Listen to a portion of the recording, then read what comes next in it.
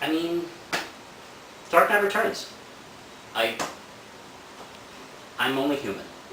Dark Knight Returns is everything anybody has ever said about this series, and I don't know if I'm really capable of adding anything really thought-provoking about this series that you may have not heard of itself. It's one of the books that I missed during a brief couple of years I was not reading comics, and it was one of the things that I just could not believe how far comics had progressed within just a couple of years of maturity and storytelling.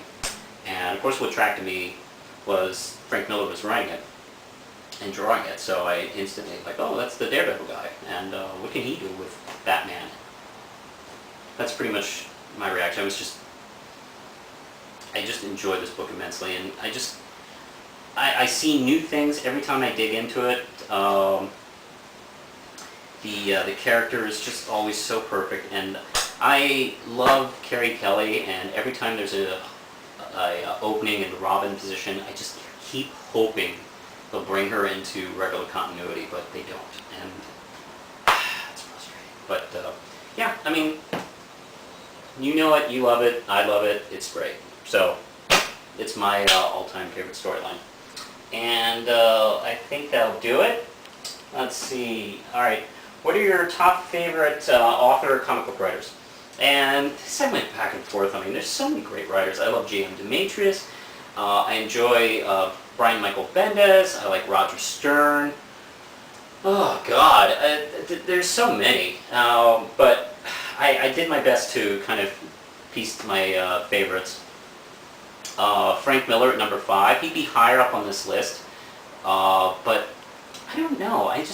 Lately with the goddamn Batman All-Star, the Spirit movie, and Dark Knight Strikes Again, it doesn't feel like he takes his work seriously anymore. I mean, not at all. I enjoy the joke, and I know he does, but it'd be nice if he mixed it up. Maybe, did one of his, fun stories, and then did something like one of his old, doesn't have to do Dark Knight Returns every time, but, I mean, just, the average Daredevil issue fucking ruled. And, it'd be nice every once in a while like that. But he's just done too much stuff that is brilliant, and he's been an influence on me easy. So, I mean, he is always in the top 5 somewhere. Right now, I'm really liking Gail Simone. She's at number 4. She is just exactly what I look at a writer. Character and action. She just really knows how to piece it together. Alex Robinson is number 3. He is the creator of Box Office Poison, Tricked, and I always forget, Too Cool to Be Forgotten. This guy writes character like no one else in comics, I think, even better than some of the big guns. And he mainly he only sticks with realistic comedy and drama. You should really look him up if you've never heard of him. Peter David. That's it. Peter David. I think he's all these people in one writer. I think he is fantastic. Oh, whoops. Excuse me. I skipped Neil Gaiman. He's number 2. Neil Gaiman, I think, has really matured the whole line of comics. And he's really, I read the novels as well. I'm a big fan of Neverwhere and Coraline. And I'm going to read the Graveyard book as soon as I'm done with a couple other things. And his comics are just as well thought out and brilliant. And he understands the medium probably better than a lot of writers do. He really does kind of impress me and inform me. And okay, oops. Peter David is number 1. He just, and in a lot of ways, like Neil Gaiman, except he is more of an action guy. But just like Neil Gaiman, he writes novels, and he also elevates. Excuse me. I'm the dumbest person ever. The medium, and I'm always liking his work. Here's to you, my friends. Okay, now. Can you tell us... Oh, this is a small one. Can you tell us your top 5 movies from each genre of all time? Jesus Christ, man. Let's see. I could just do the channel with this kind of question. I'm just going to break it down just to a few short... Do you realize how many genres there are? Here, I'll just break it up to short 6 or so.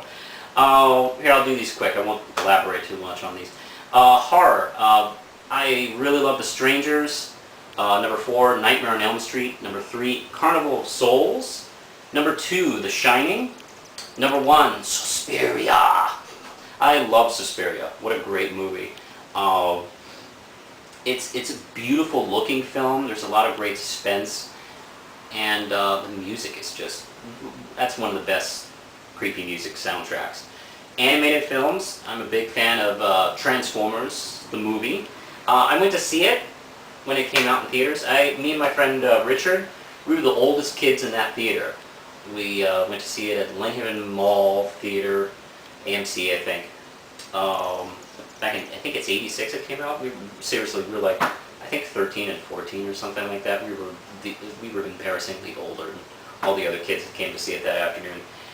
And it is still one of my favorite movie-going experiences because everybody had seen the first 2 seasons of the show, so we had all these expectations and feelings about the show. And the show, the film, just rips these characters apart, and there's so many great fan moments in it. We were all going apeshit here and there, and the soundtrack was so 80s metal, and I love that situation. I love that. It was fun. Number 4 is The Incredibles, my only Pixar movie on this list. Number 3 is Princess Mononoke. Number 2, Ghost in the Shell. And number 1 is Akira. Akira is one of those films that even if you liked anime before you saw it, it really did change what you think anime can do and cartoons can do.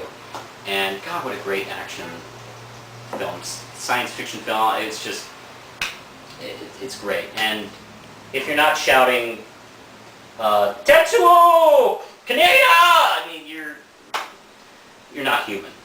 Now I'm going to switch things here. Romantic comedy. Ha ha ha! I like other things. Number 5, Roman Holiday. I just enjoy that film, and I enjoy Gregory Peck and Audrey Hepburn. Better Off Dead with John Cusack. John Cusack is my doppelganger in film. Let's just say that. I have occasionally watched a film. He does one every 4 or 5 years or something. Not 4 or 5, like 5 to 10 years. That is right out of my life. So I can't wait for his next film to be about a successful writer.